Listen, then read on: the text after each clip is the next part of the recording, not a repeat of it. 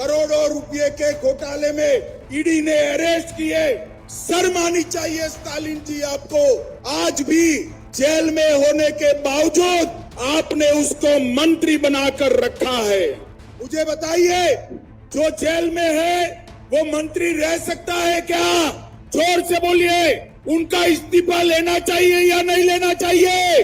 क्योंकि उनके भय है कि इस्तीफा लिया तो सारे राज, सारे सस्पेंस वो खोल देंगे। मगर मैं आपको बताता हूं स्टालिन, हमारे नेता अन्नामलाई ने एक ट्वीट किया और आपकी डीएमके सरकार की नींव हिल गई, नींव। अब एक ट्वीट से आपकी इतनी दिक्कतें बनी है। अब अन्नामलाई 10,000 किलोमीटर की यात्रा लेकर निकले हैं, आपका क्या होगा? मित्रों, ये सरकार अवैध शराब माफियाओं की सरकार है।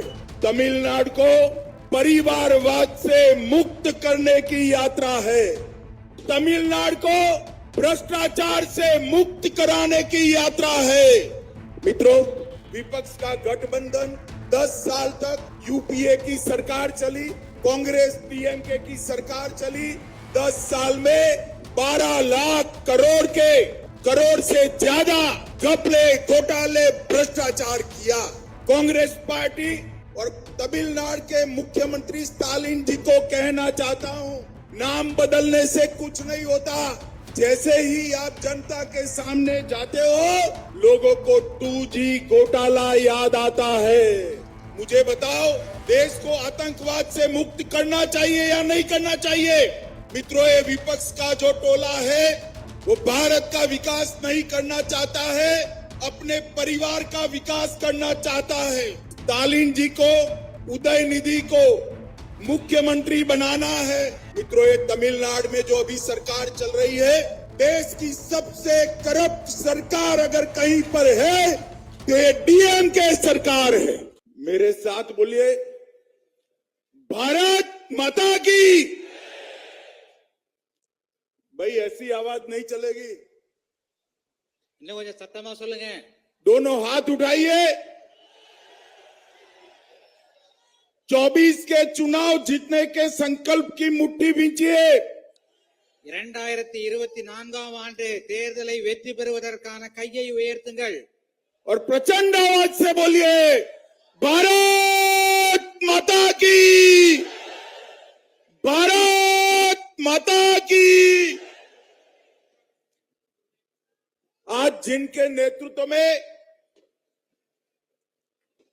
एन मन एन मक्कल यात्रा की शुरुआत हो रही है, ऐसे मेरे प्रिय भाई और तमिलनाडु भारतीय जनता पार्टी के अध्यक्ष के अन्नामलाई जी, अन्नामलाई जरा आगे आओ। सभी लोग अन्नामलाई के लिए जोर से स्वागत में ताली बजाइए। இன்று என் மண் என் மக்கள் என்கின்ற நடைப்பயணத்தை தொடங்கவிருக்கின்ற என்னுடைய அன்பு சகோதரர் அண்ணாமலை அவர்களே, डॉक्टर एल मुरुगन जी, श्री आर.बी. उदय कुमार जी, एआईडीएमके के नेता, श्री सी.टी. रवि जी, भारतीय जनता पार्टी के राष्ट्रीय महासचिव, श्री पी. सुधाकर रेड्डी जी, यहाँ के हमारे प्रभारी, श्री ए.सी. षणमुगम जी, अध्यक्ष new India justice party, Shri G K Vasan ji, Tamil Maanila Congress party के नेता, श्री टी. देवनाथन यादव जी, अध्यक्ष India Makkal Kalvi Munnetra Kazhagam, Shri V. John Pandian ji, Shrimati Vanathi Srinivasan ji, Shri Pon Radhakrishnan जी, श्री नयना नागेंद्रन जी, मंच पर बैठे हुए एनडीए का नेतृत्वगण और आज रामेश्वरम की रामनाथ स्वामी की भूमि पर आए हुए मेरे प्यारे भाइयों और बहनों, वणक्कम, नमस्कार। தேசிய ஜனநாயக கூட்டணியிலே அங்கம் வகிக்கின்ற மேடையிலே அமர்ந்திருக்கின்ற என்னுடைய அன்பு நண்பர்கள், எல்லா கட்சி தலைவர்கள் அவர்களே, இங்கே ராமநாத சுவாமியினுடைய சுவாமி, அருளாசையை பெறுவதற்காக வந்திருக்கின்ற மக்களே, ओ नाम छोड़ दो, नाम छोड़ दो, नाम छोड़ दीजिए, बाकी का बोलिए। भाई और बहनों, सबसे पहले मैं दुनिया की सबसे प्राचीन भाषा तमिल में बोल नहीं सकता हूं, इसलिए आप सबसे क्षमा मांगता हूं। உலகத்தின் மிக பழமையான மொழியாகிய தமிழ் மொழியிலே உங்களிடத்திலே பேச முடியாததற்காக முதலில் உங்களிடத்திலே நான் மன்னிப்பு கேட்டுக்கொள்கிறேன். भारत की परंपरा, भारत की महान संस्कृति, हमारे धर्म और हमारी साझी विरासत के समागम जैसे रामेश्वरम की इस पवित्र धरती को मैं प्रणाम करता हूं। இந்த ராமேஸ்வர பூமியானது இந்தியாவின் இந்து மதத்தின் நம்முடைய பாரம்பரியத்தின் சின்னமாக விளங்குகிறது. இந்த பூமியின் மக்கள் அனைவருக்கும் நான் என் இருகரம் கூப்பி வணக்கம் தெரிவிக்கிறேன். मित्रों, आज रामनाथ स्वामी के सानिध्य से हमारे नेता अन्नामलाई जी एन मन एन मक्कल यात्रा लेकर तमिलनाडु भर में पैदल चलने के लिए निकल रहे हैं। ராமநாத சுவாமி அவருடைய அருளாசியின் கூட எடுத்துக்கொண்டு நம்முடைய பாஜகவின் மாநில தலைவர் அண்ணாமலை அவர்கள் தமிழ்நாடு முழுவதும் நடைப்பயணம் செல்லவிருக்கிறார். मित्रों, एन मन एन मक्कल यात्रा केवल राजनीतिक यात्रा नहीं है। அன்பு நண்பர்களே, இந்த என் மண் என் மக்கள் நடைப்பயணமானது வெறும் அரசியல் சார்ந்த நடைப்பயணம் அல்ல. एन मन एन मक्कल यात्रा महान तमिल भाषा को पूरी दुनिया में पहुंचाने की यात्रा है। என் மண் என் மக்கள் நடைப்பயணம் இந்த பழமையான தமிழ் மொழியை உலகம் முழுவதும் கொண்டு சேர்ப்பதற்கான ஒரு நடைப்பயணமாகும். एन मन एन मक्कल यात्रा तमिल संस्कृति को कश्मीर से कन्याकुमारी और कलकत्ता से लेकर सोमनाथ तक पहुंचाने की यात्रा है। இந்த என் மண் என் மக்கள் என்கின்ற நடைப்பயணம் தமிழகத்தின் இந்த கலாச்சாரத்தை பண்பாட்டை காஷ்மீரில் இருந்து கன்னியாகுமரி வரை கல்கத்தாவில் இருந்து சோமநாத் வரை கொண்டு செல்லும் ஒரு நடைப்பயணமாகும். एन मन एन मक्कल यात्रा महान तमिल संस्कृति को पूरे भारत के 130 करोड़ लोगों के मन में सम्मान पैदा करने की एक कवायद है। இந்த என் மண் என் மக்கள் நடைப்பயணம் இந்திய நாட்டின் 130 கோடி மக்களின் மனதிலே ஒரு மரியாதையை ஏற்படுத்துவதற்காக நடத்தப்படுகின்ற ஒரு நடைப்பயணம். एन मन एन मक्कल यात्रा तमिलनाडु को परिवारवाद से मुक्त करने की यात्रा है। என் மண் என் மக்கள் நடைப்பயணம் தமிழகத்திலிருந்து குடும்ப ஆட்சியை ஒழிப்பதற்காக செய்யப்படுகின்ற ஒரு நடைப்பயணம். एन मन एन मक्कल यात्रा तमिलनाडु को भ्रष्टाचार से मुक्त कराने की यात्रा है। என் மண் என் மக்கள் நடைப்பயணம் தமிழ்நாட்டை ஊழலிலிருந்து விடுவிப்பதற்காக செய்யப்படுகின்ற ஒரு நடைப்பயணம். एन मन एन मक्कल यात्रा तमिलनाडु के कानून और व्यवस्था को अच्छा बनाने का एक प्रयास है। இந்த என் மண் என் மக்கள் நடைப்பயணம் தமிழ்நாட்டிலே இருக்கின்ற சட்டம் ஒழுங்கை சீர்படுத்துவதற்காக செய்யப்படுகின்ற ஒரு நடைப்பயணம். और एन मन एन मक्कल यात्रा तमिलनाडु में भ्रष्टाचार के युग की समाप्ति कर विकास का युग, गरीब कल्याण का युग शुरू करने की यात्रा है। ஊழல்வாதிகளை ஒழித்து ஏழை மக்களின் நலத்தை பேணுகின்ற ஒரு அரசினை உருவாக்குவதற்காக செய்யப்படுகின்ற ஒரு நடைப்பயணம் இந்த என் மக்கள் என் மண் என் மக்கள் நடைப்பயணம். आप थोड़ा लिख कर बोलिए तो गलती नहीं होगी। मित्रों, इस यात्रा में हमारे युवा नेता अन्नामलाई जी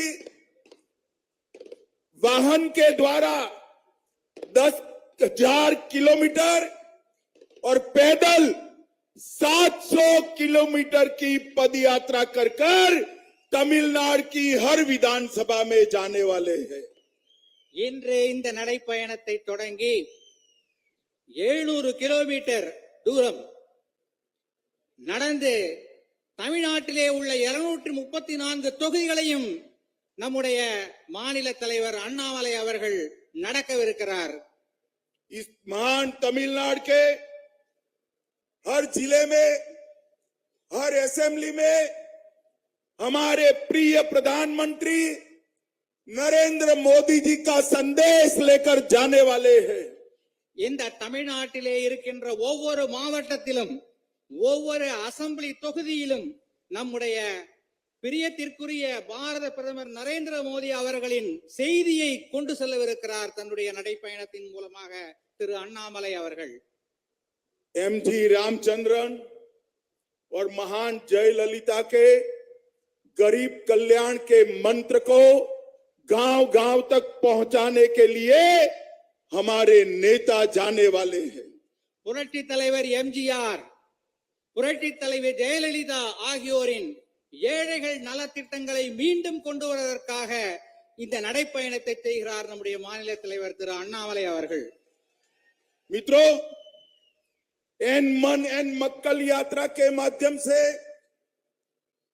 हमारे प्रदेश अध्यक्ष श्री अन्नामलाई जी महान तमिल भाषा, महान तमिल संस्कृति, तमिल साम्राज्यों का इतिहास, तमिलनाडु के देश की समृद्धि में योगदान और प्रदेशवाद की जगह सबको साथ लेने वाला मोदी जी के राष्ट्रवाद को तमिलनाडु में प्रस्तापित करने जा रहे हैं।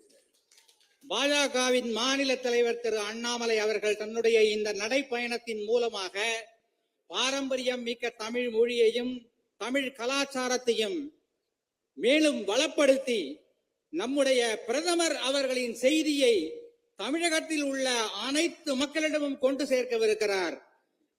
मोदी जी ने हमेशा तमिल भाषा, तमिल संस्कृति और तमिल नेताओं के उद्गारों को समग्र विश्व में अनेक मंचों से दुनिया के सामने रखा है। பாரத பிரதமர் நரேந்திர மோடி அவர்கள் தமிழ் மொழியின் பழமையை, சிறப்பினை உலகத்தின் பல்வேறு மேடைகளில் சென்று முழங்கி இருக்கிறார். यूनाइटेड नेशन में सबसे पहले विश्व की सबसे पुरानी तमिल भाषा में बोलने वाले प्रधानमंत्री हमारे नरेंद्र मोदी जी है। ஐக்கிய நாடுகள் சபையிலே உலகத்திலேயே மிகவும் பழமையான மொழியாகிய தமிழ் மொழியை பற்றி பேசியது நம்முடைய பாரத பிரதமர் திரு நரேந்திர மோடி அவர்கள். यथु मऊ रेया वरु मक लीर समग्र दुनिया एक है, ये G20 का घोष वाक्य तमिलनाडु संस्कृति से है। ये समग्र विश्व के सामने यूनाइटेड नेशन की जनरल असेंबली में नरेंद्र मोदी जी ने कहा है। G20 அதனுடைய கூட்டங்கள் எல்லாம் இப்போது நாட்டிலே நடக்கிறது. அதன் முத்திரை வாசகமான யாதும் ஊரே யாவரும் கேளிர் என்ற வாசகத்தை நரேந்திர மோடி அவர்கள் ஐக்கிய நாடுகள் சபையிலே முழங்கினார். अपनी फ्रांस यात्रा के दौरान मोदी जी ने महान संत तिरुवल्लुवर की प्रतिमा के निर्माण की घोषणा की है। பாரத பிரதமர் நரேந்திர மோடி அவர்கள் திருவள்ளுவரின் சிலை நிறுவப்படும் என்பதையும் அறிவித்திருக்கிறார்கள்.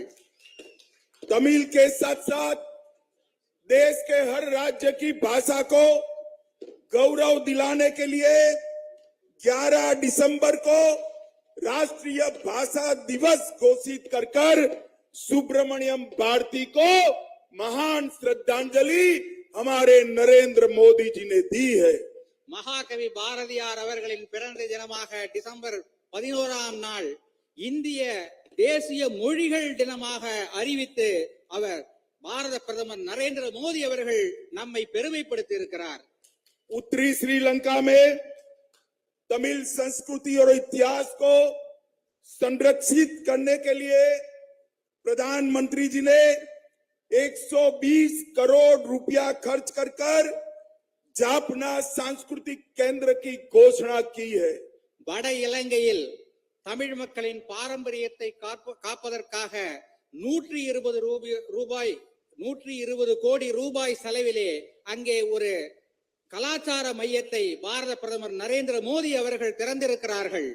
काशी तमिल संगमम और तमिल सौराष्ट्र संगमम से तमिल संस्कृति को उत्तर भारत और पश्चिम भारत में पहुंचाने का काम हमारे नेता नरेंद्र मोदी जी ने किया है.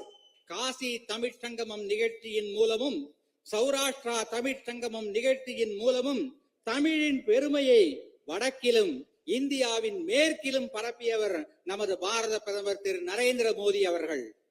पपुआ न्यू गिनी गए मोदी जी, वहां उन्होंने तिरुकुरल का वहां की भाषा में भाषांतर कराकर वहां बसे हुए लोगों के लिए एक नई संस्कृति के जुड़ाव की शुरुआत की है.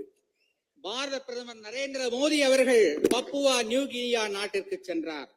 நமது திருக்குறளை அந்த நாட்டு மொழியிலே மொழிபெயர்த்து வெளியிட்டிருக்கிறார். இதன் மூலம் அந்த நாட்டு மக்கள் ஒரு மாபெரும் பாரம்பரியத்தின் கலாச்சாரத்தை பற்றி தெரிந்து கொள்கிறார்கள். और अभी अभी नए पार्लियामेंट के भवन के उद्घाटन में सेंगोल को स्थापित कर तमिल संस्कृति को पार्लियामेंट में सम्मान देने का काम हमारे नेता नरेंद्र मोदी जी ने किया है. இப்போது மிக சமீபத்தில் பாராளுமன்றத்தில் செங்கோலை ஸ்தாபித்ததன் மூலம் தமிழ் கலாச்சாரத்தின் தமிழ் பண்பாட்டின் பெருமையை நம்முடைய பாராளுமன்றத்தில் புதிய பாராளுமன்றத்தில் அரங்கேற்றி இருக்கிறார் நமது பாரத பிரதமர் நரேந்திர மோடி அவர்கள். मोदी जी ने इस 9 साल में जातिवाद, परिवारवाद, तुष्टीकरण और प्रदेशवाद की जगह पॉलिटिक्स ऑफ परफॉर्मेंस के पॉलिटिक्स की स्थापना की है. பாரத பிரதமர் நரேந்திர மோடி அவர்கள் கடந்த 9 ஆண்டுகளில் ஜாதிவாதம், குடும்ப ஆட்சி, ஊழல் ஆட்சி ஆகியவற்றிற்கு எதிராக தன்னுடைய பணியை முடுக்கிவிட்டிருக்கிறார். मित्रों, विपक्ष का गठबंधन 10 साल तक यूपीए की सरकार चली, कांग्रेस डीएमके की सरकार चली. 10 साल में 12 लाख करोड़ से ज्यादा घपले, घोटाले, भ्रष्टाचार किया. எதிர்க்கட்சிகளின் கூட்டணி, பழைய யூபிஏ கூட்டணி 10 ஆண்டுகள் ஆட்சியிலே இருந்தது. 12,000 கோடி அளவிற்கு ஊழல் செய்திருக்கிறது. मित्रों, मैं आज कांग्रेस पार्टी और तमिलनाडु के मुख्यमंत्री स्टालिन जी को कहना चाहता हूं, नाम बदलने से कुछ नहीं होता. जैसे ही आप जनता के सामने जाते हो, लोगों को 2G घोटाला याद आता है. நான் இன்று ஒன்று சொல்லிக்கொள்ள விரும்புகிறேன். காங்கிரஸ் கட்சிக்கும் தமிழகத்தின் மாண்புமிகு முதலமைச்சர் மு க ஸ்டாலின் அவர்களுக்கும் ஒன்றை சொல்லிக்கொள்ள விரும்புகிறேன். जैसे ही आप जनता के सामने जाते हो, कॉमनवेल्थ घोटाला याद आता है. நீங்கள் மக்களிடத்திலே உங்களுடைய வாக்குகளை கோருவதற்காக செல்லும் போது உங்களுடைய 2G தான் நினைவுக்கு வரும். உங்களுடைய காமன்வெல்த் போட்டிகளில் நீங்கள் செய்த ஊழல் தான் நினைவுக்கு வரும். जब भी आप जनता के सामने जाते हो, कोयला घोटाला जनता को याद आता है. எப்போதெல்லாம் நீங்கள் மக்களிடத்திலே வாக்கு சேகரிக்க செல்லுகிறீர்களோ அப்போதெல்லாம் அவர்களுக்கு கரியிலே நீங்கள் செய்த ஊழல் தான் நினைவுக்கு வரும். जब भी आप जनता के सामने जाते हो, आज भी चॉपर स्कैम याद आता है। எப்போதெல்லாம் நீங்கள் மக்களிடத்திலே வாக்கு சேகரிக்க செல்லுகிறீர்களோ அப்போதெல்லாம் அவர்களுக்கு ஹெலிகாப்டர் ஊழல் தான் நினைவுக்கு வரும். जब भी आप जनता के सामने जाते हो सबमरीन घोटाला भी याद आता है। எப்போதெல்லாம் நீங்கள் மக்களிடத்திலே ஓட்டு கேட்க செல்லுகிறீர்களோ அப்போதெல்லாம் நீங்கள் செய்த அந்த ஊழல்கள் தான் அவர்களுக்கு நினைவுக்கு வரும். जब भी आप जाते हो अंतरिक्ष में इसरो घोटाला भी जनता को याद आता है। இஸ்ரோ நிறுவனத்திலே நீங்கள் செய்த அந்த விண்வெளி ஆராய்ச்சி நிறுவனத்திலே நீங்கள் செய்த அந்த ஊழல் தான் மக்களுக்கு ஞாபகத்திற்கு வரும். मित्रों, ये यही टोली है जिसने धारा 370 हटाने का विरोध किया था। இந்த கூட்டணிதான் அரசியல் சட்ட திருத்தம் 370 மாற்றுவதற்கு எதிர்ப்பு தெரிவித்தது, நீக்குவதற்கு எதிர்ப்பு தெரிவித்தது. मैं आज इस जनता को, तमिलनाडु की महान जनता को पूछने आया हूं, कश्मीर हमारा है या नहीं है? நான் இங்கு இந்த தமிழ்நாட்டு மக்களிடத்திலே ஒரு கேள்வியை கேட்க விரும்புகிறேன். காஷ்மீர் இந்தியாவுடையதா, நம்முடையதா இல்லையா? சொல்லுங்கள். जोर से बोलिए, है या नहीं है? धारा 370 हटानी चाहिए या नहीं हटानी चाहिए? मोदी जी ने धारा 370 हटाई कि डीएमके और कांग्रेस पार्टी भारतीय जनता पार्टी का विरोध करती थी। பாரத பிரதமர் நரேந்திர மோடி அவர்கள் அந்த 370 சட்ட திருத்தம் அதனை நீக்கினார்கள். அப்போது காங்கிரசும் திராவிட முன்னேற்ற கழகமும் அதனை எதிர்த்தது. मित्रों, मुझे बताओ, देश को आतंकवाद से मुक्त करना चाहिए या नहीं करना चाहिए? நண்பர்களே சொல்லுங்கள், நாட்டை தீவிரவாதத்திலிருந்து விடுவிக்க வேண்டுமா வேண்டாமா? जब मोदी जी ने आतंकवाद पर लगाम लगाने के लिए सर्जिकल स्ट्राइक और एयर स्ट्राइक किया, ये यूपीए वाले इसका विरोध कर रहे थे। பாரத பிரதமர் நரேந்திர மோடி அவர்கள் தீவிரவாதத்தை ஒடுக்குவதற்காக சர்ஜிக்கல் ஸ்ட்ரைக், ஏர் ஸ்ட்ரைக், 2 விமானம் மூலம் தாக்குதல் நடத்திய போது இந்த யூபிஏ கட்சிகள் தான் அதனை எதிர்த்தது. मित्रों, आज मैं तमिल जनता को ये भी याद कराने आया हूं, यही कांग्रेस यूपीए के शासन में ही तमिलों का नरसंहार श्रीलंका में हुआ था। நண்பர்களே, மேலும் ஒரு விஷயத்தை உங்களுக்கு நான் இப்போது சொல்ல விரும்புகிறேன்.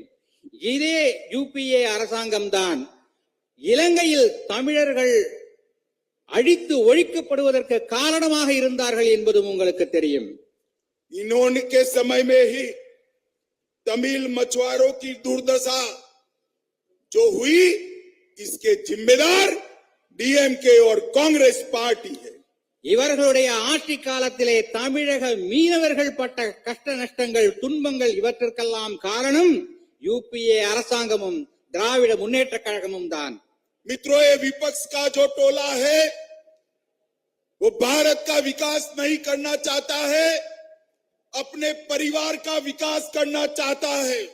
இந்த எதிர்க்கட்சி கூட்டணி நாட்டை வளர்க்க வேண்டும் என்று நினைக்கவில்லை, அவர்களது குடும்பத்தை வளர்க்க வேண்டும் என்று நினைக்கிறார்கள். सोनिया गांधी को, राहुल गांधी जी को प्रधानमंत्री बनाना है। சோனியா காந்தி அவர்களுக்கு ராகுல் காந்தியை பிரதமராக்க வேண்டும் என்ற ஆசை. स्टालिन जी को, उदयनिधि को मुख्यमंत्री बनाना है। ஸ்டாலினுக்கு உதயநிதி அவர்களை முதல் மந்திரியாக்க வேண்டும் என்ற விருப்பம். लालू जी को, तेजस्वी को मुख्यमंत्री बनाना है। லாலு பிரசாத் யாதவ் அவர்களுக்கு பீகாரில் தேஜஸ்வி அவர்களை முக்கிய மந்திரியாக ஆக்க வேண்டும் என்று விருப்பம். ममता दीदी को अपने भतीजे को मुख्यमंत्री बनाना है। மம்தா அவர்களுக்கு அவர்களுடைய மருமகனை மேற்கு வங்கத்தின் முதல்வராக ஆக்க வேண்டும் என்ற எண்ணம். और उद्धव ठाकरे जी को अपने बेटे को मुख्यमंत्री बनाना है। மகாராஷ்டிரத்தில் உத்தவ் தாக்கரே அவர்களுக்கு அவருடைய மகனை முதல்வராக்க ஆக வேண்டும் என்ற விருப்பம். वो भारत और तमिलनाडु को एम्पावर करना नहीं चाहते, वो अपने बेटे भतीजे बेटियों को एम्पावर करना चाहते हैं। இவர்கள் இந்தியாவையோ அல்லது தமிழ்நாட்டையோ வலுப்படுத்த வேண்டும் என்று நினைக்கவில்லை. தங்களுடைய மகனையோ மகளையோ அல்லது மருமகனையோ வளப்படுத்த வேண்டும் என்று நினைக்கிறார்கள். मोदी जी अकेले ऐसा नेता है जो दिन रात 24 घंटे में 20 घंटे तक भारत कल्याण की तमिलनाडु को आगे बढ़ाने की बात सोचते हैं। நரேந்திர மோடி அவர்கள் மட்டுமே நம் நாட்டில் இருக்கின்ற ஒரே தலைவர் இந்த நாட்டையும் தமிழ்நாட்டையும் வளப்படுத்த வேண்டும், நலத்திட்டங்களை வழங்க வேண்டும் என்ற ஒரே எண்ணத்திலே வாழ்கின்ற ஒரு தலைவர். मित्रों, ये तमिलनाडु में जो अभी सरकार चल रही है, देश की सबसे करप्ट सरकार अगर कहीं पर है तो ये डीएमके सरकार है। அன்பு நண்பர்களே, தமிழ்நாட்டிலே இப்போது நடக்கின்ற ஒரு அரசாங்கம் ஊழல் மிகுந்த ஒரு அரசாக இருக்கிறது. நாட்டிலேயே உலகிலேயே ஊழல் மிகுந்த அரசாக இருக்கிறது. अपने मंत्रिमंडल के एक मंत्री करोड़ों रुपए के घोटाले में ईडी ने अरेस्ट किए। शर्म आनी चाहिए स्टालिन जी आपको। आज भी जेल में होने के बावजूद आपने उसको मंत्री बनाकर रखा है। உங்களுடைய மந்திரி சபையிலே ஒரு மந்திரி ஊழல் வழக்கிற்காக கைது செய்யப்பட்டு இன்று கூட ஜெயிலில் இருக்கிறார். இப்போதும் நீங்கள் அவரை உங்களுடைய மந்திரி சபையிலே மந்திரியாக தொடர்ந்து வைத்துக் கொண்டிருக்கிறீர்கள். நீங்கள் வெட்கப்பட வேண்டும் ஸ்டாலின் அவர்களே. मुझे बताइए, जो जेल में है वो मंत्री रह सकता है क्या? ஜெயிலில் இருப்பவர் மந்திரியாக நீடிக்கலாமா? சொல்லுங்கள், जोर से बोलिए। उनका इस्तीफा लेना चाहिए या नहीं लेना चाहिए? அவர் ராஜினாமா செய்திருக்க வேண்டாமா? சொல்லுங்கள். मगर स्टालिन जी नहीं ले सकते। ஆனால் ஸ்டாலின் அவரது ராஜினாமாவை ஏற்க மாட்டார். क्योंकि उनके भय है कि इस्तीफा लिया तो सारे राज सारे सस्पेंस वो खोल देंगे। ஏனென்றால் அவர் ராஜினாமா கடிதத்தை அவரிடத்திலிருந்து வாங்கினால் அவர் எல்லா ரகசியத்தையும் வெளியே சொல்லிவிடுவார். इसलिए वो इनका इस्तीफा नहीं ले सकते। இதனால் தான் அவர் அவரிடத்திலிருந்து ராஜினாமாவை பெற மறுக்கிறார். मगर मैं आपको बताता हूं स्टालिन, हमारे नेता अन्नामलाई ने सिर्फ एक ट्वीट किया और आपकी डीएमके सरकार की नींव हिल गई। नींव எங்களுடைய பாரதிய ஜனதாவின் மாநில தலைவர் கே அண்ணாமலை அவர்கள் ஒரே ஒரு ட்வீட் போட்டால் உங்களுடைய ஆட்சிக்கு பூகம்பம் ஏற்படுகிறது. और करोड़ों रुपए की घोटाले वाली फाइल तमिलनाडु की 8.5 करोड़ जनता के सामने आ गई। அவர்கள் செய்த பல கோடி ரூபாய்க்கான ஊழல் இப்போது தமிழக மக்களின் முன்னால் வெளிவந்திருக்கிறது. अब एक ट्वीट से आपकी इतनी दिक्कतें बनी है, अब अन्नामलाई 10,000 किलोमीटर की यात्रा लेकर निकले हैं, आपका क्या होगा? இந்த ஒரு ட்வீட்டின் மூலமாக நிலநடுக்கம் ஏற்படுகிறது என்றால் 10,000 கிலோமீட்டர் நடக்கப் போகிறார் எங்களுடைய தலைவர். அப்போது உங்களுக்கு என்ன ஆகும்? யோசித்து பாருங்கள் ஸ்டாலின் அவர்களே. मित्रों, ये सरकार अवैध शराब माफियाओं की सरकार है। இந்த ஆட்சி ஊழல் பேர்வழிகளின் ஆட்சி, குற்றம் புரிவோர்களின் ஆட்சி. ये सरकार रेत माफियाओं की सरकार है। இந்த அரசு ரேட் மாஃபியாவின் ஒரு அரசாக இருக்கிறது. ये सरकार Tamil Nadu electricity generation and distribution निगम के घोटाले वाली सरकार है। இந்த அரசு தமிழ்நாடு மின் பகிர்வான கழகத்திலே ஊழல் செய்திருக்கின்ற ஒரு அரசு. ये सरकार गरीब विरोधी सरकार है। ஏழை மக்களுக்கு விரோதமாக செயல்படுகின்ற ஒரு அரசு இது. 500 से ज्यादा वादे स्टालिन ने अपने घोषणा पत्र में किए थे, मैं आज याद कराने आया हूं क्या हुआ वो वादों का। உங்களுடைய தேர்தல் வாக்குறுதியிலே, திராவிட முன்னேற்ற கழகத்தின் தேர்தல் வாக்குறுதியிலே ஸ்டாலின் அவர்கள் கொடுத்த வாக்குறுதிகள் எல்லாம் என்ன ஆயிற்று? वो वादे पूरे करने की जगह आपने समग्र तमिलनाडु को शराब और नस्ली दवा और गांजों के व्यापार में डुबो दिया है। உங்களுடைய வாக்குறுதிகளை நிறைவேற்றுவதற்கு பதிலாக தமிழ்நாட்டு மக்களை, தமிழ்நாட்டை மருந்துகள், கெட்ட மருந்துகள் அவர்களுக்கு அளிப்பதன் மூலம் மிகப்பெரிய ஊழலை நீங்கள் செய்திருக்கிறீர்கள். आंकड़े लिखना जरा, मैं कुछ भी करूंगा। मित्रों, मैं आज डीएमके और कांग्रेस के नेताओं को पूछने आया हूं, 2004 से 14 केंद्र में आपकी सरकार थी, आपने कितना रुपया तमिलनाडु के विकास के लिए दिया? நான் காங்கிரசிடமும் திராவிட முன்னேற்ற கழகத்திடமும் ஒரு கேள்வியை கேட்க விரும்புகிறேன். 10 ஆண்டுகள் நீங்கள் மத்தியிலே உங்கள் கூட்டணி ஆட்சியிலே இருந்தது. அந்த காலத்தில் தமிழகத்திற்கு நீங்கள் எத்தனை ரூபாய் நிதி ஒதுக்கியிருந்தீர்கள்? मैं आज आपका हिसाब लेकर आया। இன்று உங்களுக்கு நான் அந்த கணக்கை தருகிறேன். 2004 से 14 में डिवोल्यूशन ग्रांट में आपने 9,49,000 करोड़ रुपया दिया। நீங்கள் 2004-2014 டெவல்யூஷன் கிராண்ட் என்ற அந்த வகையிலே உங்களுக்கு 9,49,000 கோடி ரூபாய் வழங்கப்பட்டிருக்கிறது. भारतीय जनता पार्टी की सरकार ने इससे 3 गुना पैसा देने का काम भारतीय जनता पार्टी ने किया। பாரதிய ஜனதா கட்சியின் அரசு இந்த தொகையை 3 மடங்கு உயர்த்தி தந்திருக்கிறது.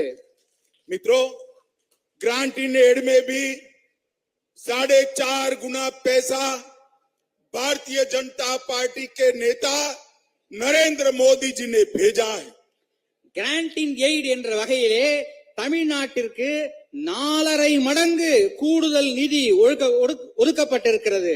मुझे बताओ, ये पैसा तमिलनाडु के गांवों तक पहुंचा है क्या? இந்த தொகையெல்லாம் தமிழகத்தின் கடைக்கோடி கிராமம் வரைக்கும் சென்றிருக்கிறதா என்பதை நீங்கள் சொல்லுங்கள். पहुंचा है क्या? मित्रों, ये पैसा डीएमके के भ्रष्टाचार की भेंट चढ़ गया। இதோடு திராவிட முன்னேற்ற கழகம் ஒவ்வொரு துறையிலும் தன்னுடைய ஊழலை அதிகமாக செய்து கொண்டே வருகிறது. हमारी एनडीए सरकार ने रोडवेज में 45,000 करोड़ रुपया दिया। எங்களுடைய என்டிஏ அரசாங்கம் 45,000 கோடி ரூபாய் சாலை அபிவிருத்திக்காக தந்திருக்கிறது. चेन्नई मेट्रो के लिए 73,000 करोड़ रुपया दिया। சென்னை மெட்ரோ ரயிலுக்காக 73,000 கோடி ரூபாய் தந்திருக்கிறது. तमिलनाडु में रेलवे के लिए मेट्रो के अलावे 30,000 करोड़ रुपया दिया। மெட்ரோ ரயில் தவிர பிற ரயில்வே திட்டங்களுக்காக 34,000 கோடி ரூபாய் தந்திருக்கிறது. और 2 वंदे भारत एक्सप्रेस चेन्नई मैसूर और चेन्नई कोयम्बटूर शुरू की। 2 வந்தே பாரத் ட்ரெயின்கள், சென்னையிலிருந்து மைசூர் வரை ஒன்று, சென்னையிலிருந்து கோயம்புத்தூர் வரை ஒன்று இங்கே தொடங்கப்பட்டிருக்கிறது. पीएलआई में तमिलनाडु में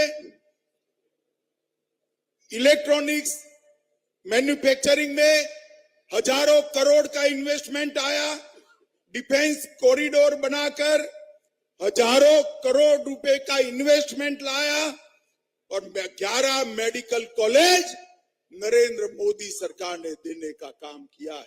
மின்னணு சாதனங்கள் உற்பத்தியிலே 100 கோடி ரூபாய் முதலீடை கொண்டு வந்திருக்கிறது. ராணுவ தளவாடங்கள் உற்பத்தி செய்வதற்கான தொழில்துறையிலே 1000 கோடி ரூபாய் முதலீடை கொண்டு வந்திருக்கிறது. அதோடு இன்னும் பல திட்டங்களை இங்கே என்டிஏ அரசு கொண்டு வந்திருக்கிறது. 11 மருத்துவக் கல்லூரிகளையும் கொண்டு வந்திருக்கிறது. और मित्रों, गरीब कल्याण के लिए 46 लाख 46 लाख किसानों को हर साल 6,000 रुपीस देने का काम नरेंद्र मोदी सरकार ने किया। ஏழைகளுக்கு உதவி செய்யும் திட்டமான கிசான் சம்மான் திட்டம், அந்த திட்டத்தின் மூலமாக 46,44,000 உழவர்களுக்கு வருடத்திற்கு 6,000 ரூபாய் தருகின்ற திட்டத்தை மோடி அரசு தொடங்கி இருக்கிறது. जल जीवन मिशन के तहत 86 लाख परिवारों को पानी का कनेक्शन आजादी के 75 साल के बाद नरेंद्र मोदी जी ने दिया। குழாய் மூலம் குடிநீர் வழங்கும் ஜல் ஜீவன் மிஷன் திட்டத்தின் கீழ் 86 லட்சம் மக்களுக்கு வீடுகளுக்கு நேரடியாக குழாயின் மூலம் குடிநீர் தருகின்ற திட்டத்தை நரேந்திர மோடி அவர்கள் செய்திருக்கிறார். 1,85 लाख लोगों को 5 लाख तक का पूरा हेल्थ का खर्चा आयुष्मान भारत के तहत फ्री ऑफ कॉस्ट किया। 1,86,00,000 மக்களுக்கு அவர்களுடைய மருத்துவ செலவை இலவசமாக அவர்கள் செய்து கொள்வதற்கு ஏற்ற வகையிலே ஆயுஷ்மான் பாரத் என்கின்ற திட்டத்தை பாரத பிரதமர் அவர்கள் கொண்டு வந்திருக்கிறார். 62 लाख परिवारों को टॉयलेट देने का काम किया। 62 லட்சம் மக்களுக்கு குடும்பங்களுக்கு கழிப்பறை வசதி ஏற்படுத்தி கொடுக்கும் திட்டத்தை பாரத பிரதமர் நரேந்திர மோடி அவர்கள் தந்திருக்கிறார்.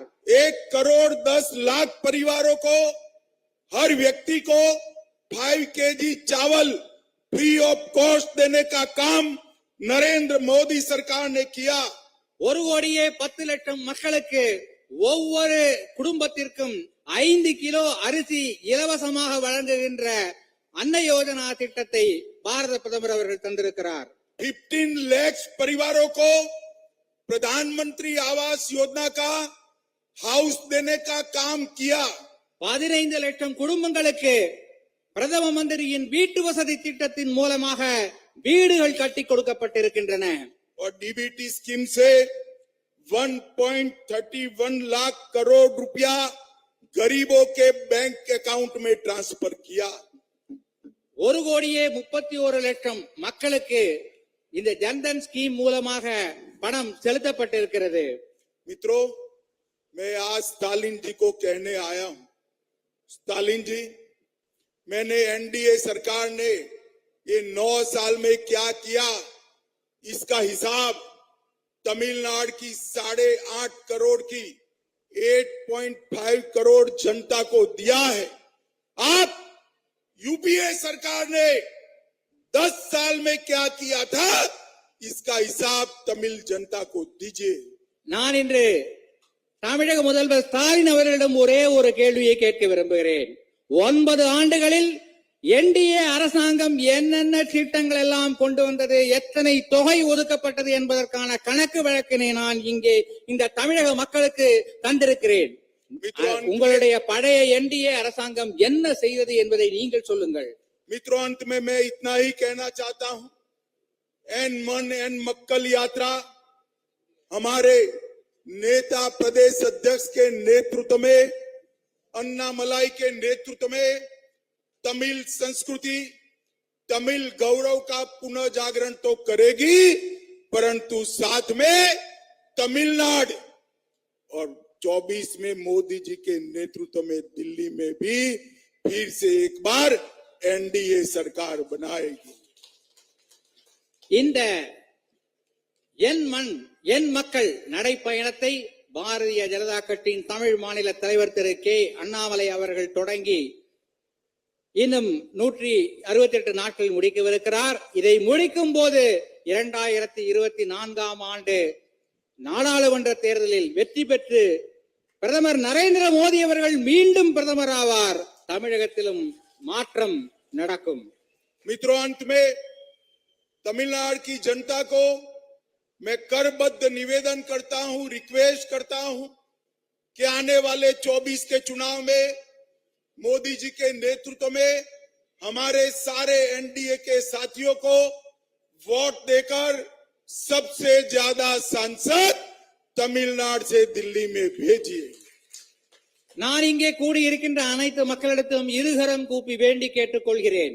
2024 ஆண்டு நாடாளுமன்ற தேர்தலிலே பாரதிய ஜனதா கட்சிக்கும் மேடையிலே இருக்கின்ற எங்களுடைய கூட்டணி கட்சிகள் அனைத்திற்கும் வாக்களித்து அதிக அளவில் தமிழ்நாட்டிலிருந்து பாராளுமன்ற உறுப்பினர்களை நீங்கள் டெல்லிக்கு அனுப்ப வேண்டும் என்று கேட்டுக்கொள்கிறேன். मेरे साथ दोनों हाथ उठाइए, उठाइए दोनों हाथ. இரு கைகளை உயர்த்தி சொல்லுங்கள். मोदी जी को पीएम बनाने के संकल्प की मुट्ठी भींचिए. மோடி அவர்களை பிரதமராக்குகின்ற அந்த இலட்சியத்தை நினைத்து கையை முறுக்குங்கள். और प्रचंड आवाज से बोलिए, भारत माता की, भारत